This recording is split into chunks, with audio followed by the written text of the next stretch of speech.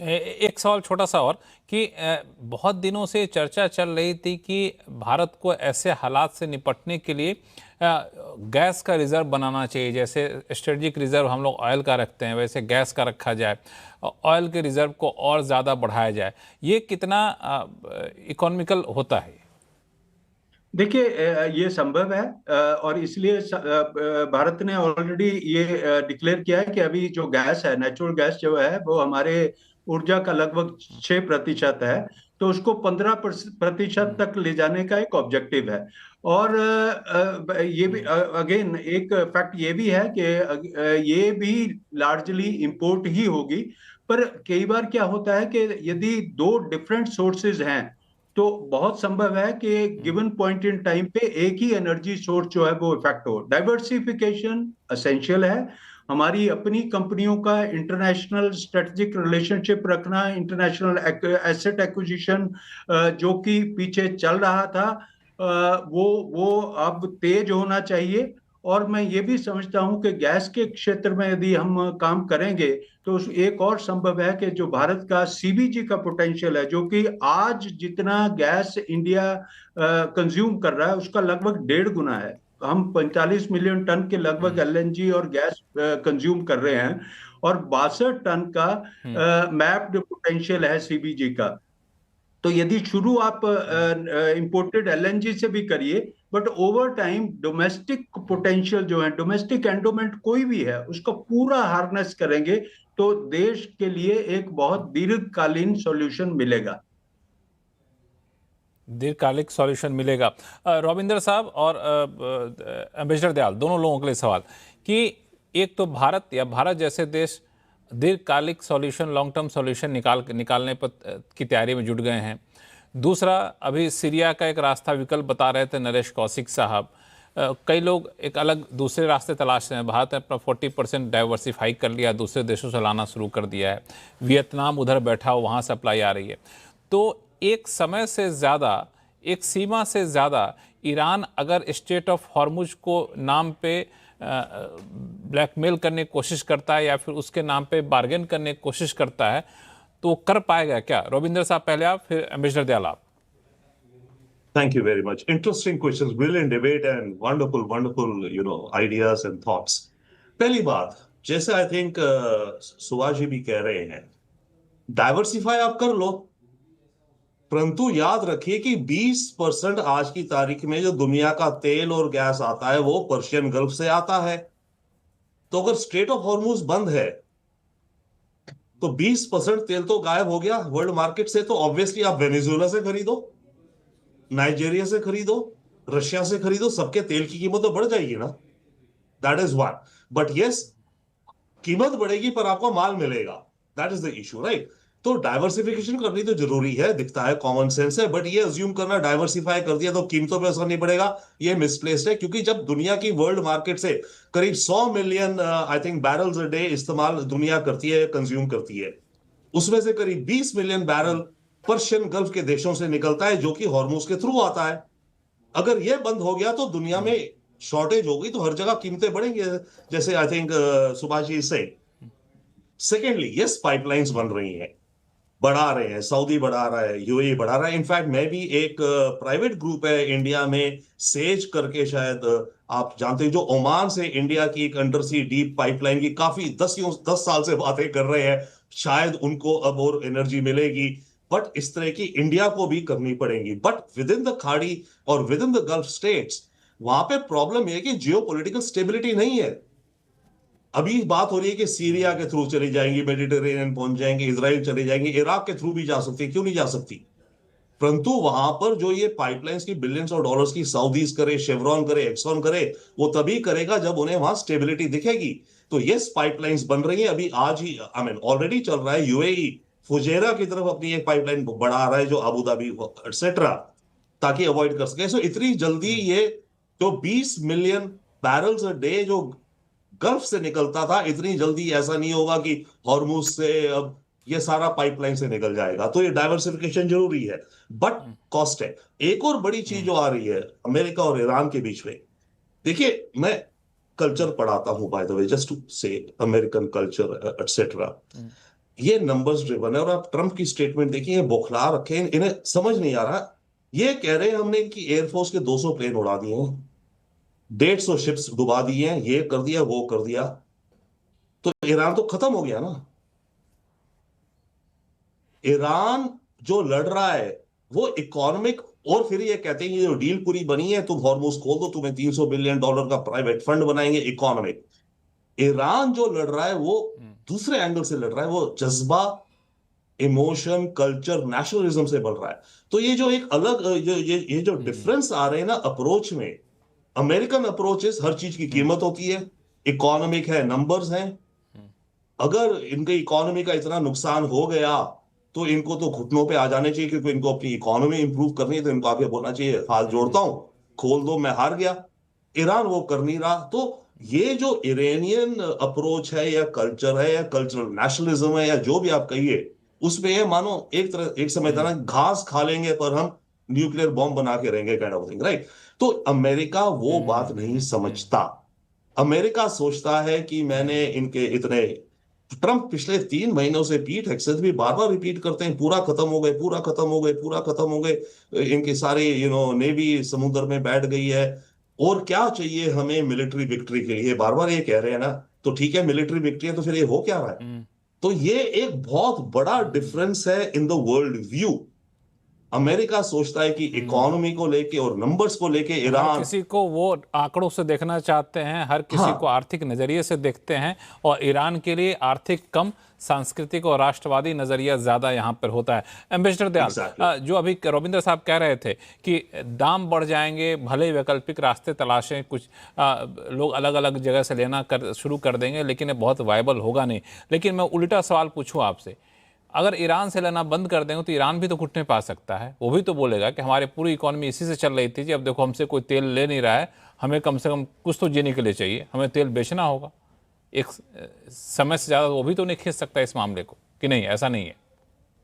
लक्ष्मण जी, आपने बिल्कुल सही कहा।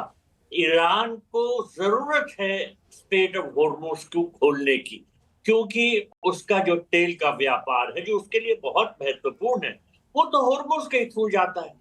लेकिन आपने एक और सवाल पूछा था कि ये डाइवर्सिफिकेशन ऑफ रूट जो है, ये कितना मुनासिब। उसका जवाब तो रविंद्र जी ने बिल्कुल सही दिया कि डाइवर्सिफिकेशन की कोशिशें चल रही है, लेकिन इसमें वक्त लगेगा, और इतना वक्त लगेगा कि दुनिया को जो इकोनॉमिक हार्डशिप है वो बहुत सताएगी, और ऐसा ही हो रहा है।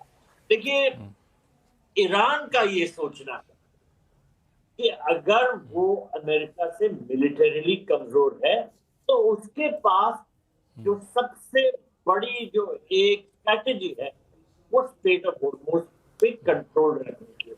ईरान ने कोशिश की है कि स्ट्रेट ऑफ हॉर्मुज पे हर तरह से वो कंट्रोल बनाए, और इसी वजह से वो टोल्स की बात कर रहा था। तो प्रेसिडेंट ट्रंप ने अगर ये 20% टोल्स की बात की है, तो ये सिर्फ एक जवाबी तौर पर की है। कोई मेरे ख्याल से अमेरिका में नहीं सोच सकता कि वो स्ट्रेट ऑफ हॉर्मुज में टोल्स चार्ज करेंगे। लेकिन देखिए, इस वक्त कोई जहाज आ नहीं रहा, जो ट्रैफिक है वो पूरी तरह से बंद है, तो टोल्स की बात तो उठ ही नहीं रही है। सिर्फ ये एक तरफ से स्ट्रैटेजी और काउंटर स्ट्रैटेजी है। ईरान जो है मिलिटरीली बहुत कमजोर है अमेरिका के मुकाबले, लेकिन उसने ये जो स्ट्रैटेजी अपनाई है कि किस तरह से वो हॉरिजॉन्टली इस लड़ाई को फैलाए, गल्फ स्टेट्स जो अरब स्टेट्स, उनमें नुकसान पहुंचाए, ये कहते हुए कि अमेरिका के बेसिस को अटैक कर रहा है। लेकिन फॉल आउट तो बहुत से और तरह से हो रहा है। इसके अलावा स्ट्रेट ऑफ हॉर्मुज कंट्रोल करके दुनिया में पेट्रोल प्राइसेस बढ़ाना, क्रूड ऑयल प्राइसेस बढ़ाना, ये उसकी स्ट्रैटेजी है, क्योंकि वो कमजोर है। लेकिन मेरे विचार में अब ये सूरत हाल ऐसी पैदा हो रही है कि मेरे ख्याल से अमेरिका जो है अपने अटैक्स एस्केलेट करेगा, और ईरान पे जो इसका मुसीबत है वो और बढ़ती है। ये एक बड़ा पॉइंट आप, धीरज कौल साहब, इसमें कुछ आप ऐड करेंगे? क्या आपको मेरी आवाज आ रही है? जी, आ रही है। Can you hear me? हाँ, ये देखिए जो हाँ, आवाज आ आपने रही अभी है। बात बोली वो बिल्कुल सही है जब आप डाइवर्सिफाई करते हैं, लेकिन सबसे इंपॉर्टेंट है कि सप्लाई रहनी चाहिए। प्राइसेस तो बढ़ेंगी, लेकिन भारत जैसे देश को बहुत नेगेटिव अर्थव्यवस्था पे इसका होगा, क्योंकि cheap energy is like oxygen for growth. लेकिन इसके अलावा जो भारत ने अभी रिसेंटली डेवलपमेंट्स हैं, जिसके अकॉर्डिंगली अगर आप देखें तो नए जो पोर्ट्स आ रहे हैं, जो कि यूएई से हमें इस टाइम, यूएई ने सऊदी को सरपास कर लिया है। अगर आप इंडियन सप्लाईज को देखें तो इस टाइम ओमान से जो हम ले रहे हैं तेल, जो वहां से आ रहा है बाईपास करके, वो 246% बढ़ा है विद इन लास्ट 6 मंथ। और फौजा पाइपलाइंस के थ्रू भी बहुत लार्ज, जिसको वीएलसीसी कैरियर्स बोलते हैं, वेरी लार्ज क्रूड, उसका भी बढ़ रहा है।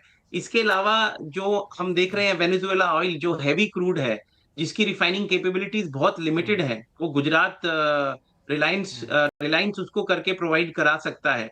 लेकिन ओवरऑल मुझे लगता है कि ये 20% वर्ल्ड सप्लाई शट ऑफ करना, और अब जो हुतीज कर रहे हैं उसमें अनदर आप 5% रख लीजिए, तो 5 से 8 मतलब 28% अगर आप हटा देंगे तो वो प्रैक्टिकली पॉसिबल नहीं है। Lot of countries we go bankrupt, अर्थव्यवस्था ठप हो जाएगी, हम स्टैगफ्लेशन रिसेशन में प्रॉपर घुसेंगे और कई कंट्रीज डिप्रेशन में चली जाएंगी। तो इसका इलाज ये बाईपास नहीं है, इस कंफ्लिक्ट को रिजॉल्व होना ही पड़ेगा। और जो दो अटकते हुए पेच हैं जो मुझे थोड़े से लगते हैं जहां पे लेवरेज है, एक है इजराइल अपने हिजबुल्ला पे अटैक बंद कर दे, और दूसरा है ईरान की फंडिंग रिलीज हो और कुछ एक म्यूचुअल एग्रीमेंट बने कि उनका जो न्यूक्लियर इनरिच स्टॉक पाइल है वो किसकी ऑब्जर्वेशन में कहाँ रखेगा।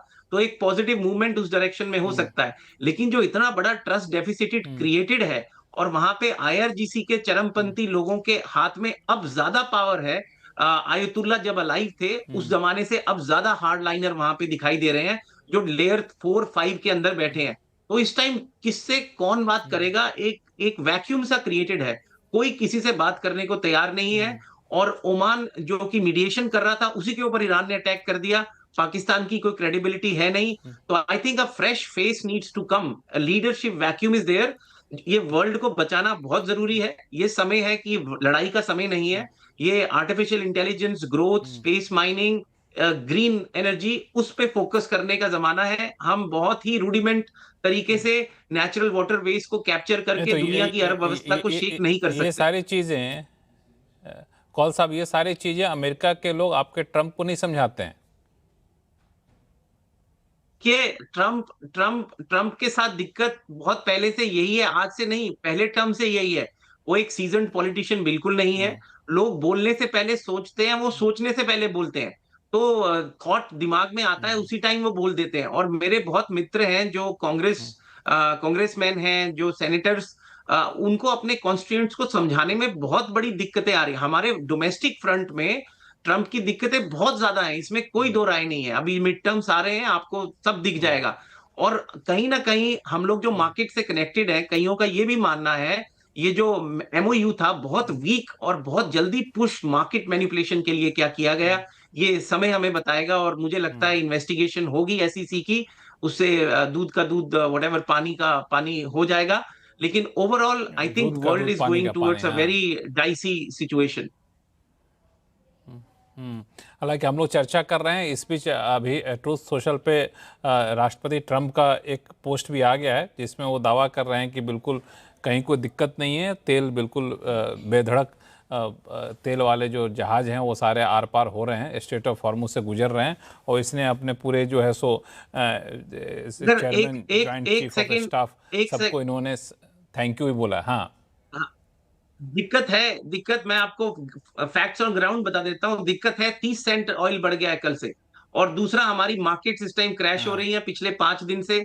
आज के नंबर्स आप देख लीजिए तो देखिए, उससे ज्यादा फैक्ट्स को आप दिक्कत झुठला है, नहीं उससे सकते। ज्यादा दिक्कत है जो रविंदर साहब कह रहे थे। क्या इससे ज़्यादा दिक्कत ये है कौल साहब, जो रविंदर साहब कह रहे थे कि जब हालात ऐसे नाजुक बने रहते हैं ना, तो पहली बात तो कोई अपनी जहाज़ को वहाँ से गुजरने देगा तो उसका इंश्योरेंस प्रीमियम काफ़ी ज़्यादा हाई होगा। हालांकि भारत सरकार ने इसमें कई सारे रियायतें देने की, सपोर्ट देने की बात की है, लेकिन व्यवहारिक तौर पर मुश्किल होती है, इसमें कोई डर नहीं। और आपने सही कहा कि क्रूड बास्केट में दाम देखिए कहाँ आसमान छूने लगे हैं, तो ये सारी दिक्कतें होंगी। लेकिन एक सवाल और है, वो ये है कि राष्ट्रपति ट्रंप यहीं तक नहीं रुके।